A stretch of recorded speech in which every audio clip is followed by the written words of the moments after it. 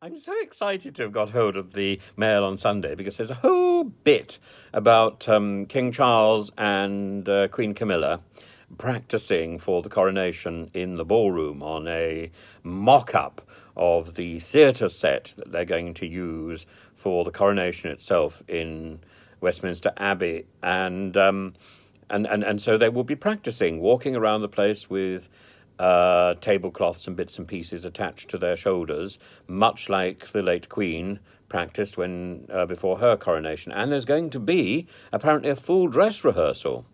I don't know whether that's going to take place in Buckingham Palace or whether that's going to take place in Westminster Abbey, but the King apparently is determined that Westminster Abbey will not be closed. So the money that Westminster Abbey earns from tourists. I mean, it is a nightmare going into Westminster Abbey. I went into Westminster Abbey a while ago, and I thought it would be so nice to go into a church, sit down, and have a little think. And of course, it's impossible. There's unending noise, and you're asked for money the moment you walk through the door. Uh, I think a church, I think any church, any place of worship, a mosque, a synagogue, a church, a temple, should first and foremost provide for its main purpose, which is not worship, but silence. We've got too keen on using the sort of hold all language of cheap of cheap religion, worship. There are many things that you do in church and in places of in religious buildings which is not properly termed worship. Funerals, for example, are not properly termed worship. Places of religious buildings are there partly to be a place of refuge from the noise of the world, and partly as an opportunity to move into sacred space. I don't find very much sacred space in the noise and hubbub of Westminster Abbey. Certainly not the last time I visited. I would love to see some change in that.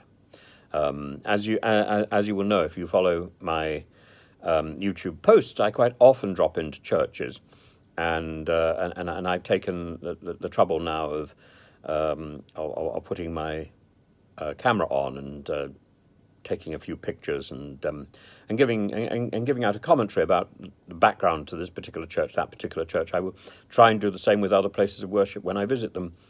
But I think it's important that we appreciate the joy of these wonderful buildings that are indeed sacred space to be set aside from the busyness of ordinary life. And as you're sort of careering madly through the capital, for example, it is so nice. It is so nice to have 20 minutes or so in sacred space, no matter which denomination, which religion, and to find that it is possible in some places to sit down without noise and without people charging around.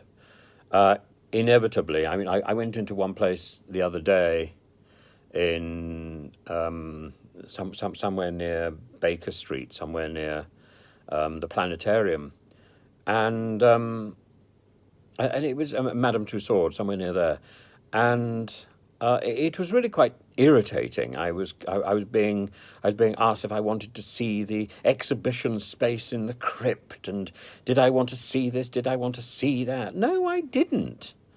I wanted to know if it was possible to come back when it was a little quieter, and it really wasn't.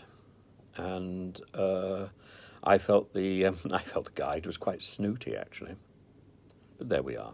There we are. I didn't go back. I'm not going to go back.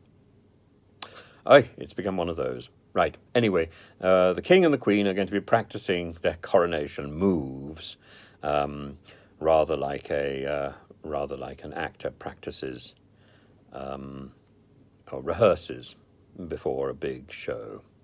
So it's great that they're going to be able to do it in the real space. And given the fact they're both quite elderly and there's a lot of steps to negotiate, I think there's good reason to to get it all mapped out before it actually gets to the actual day. Well done.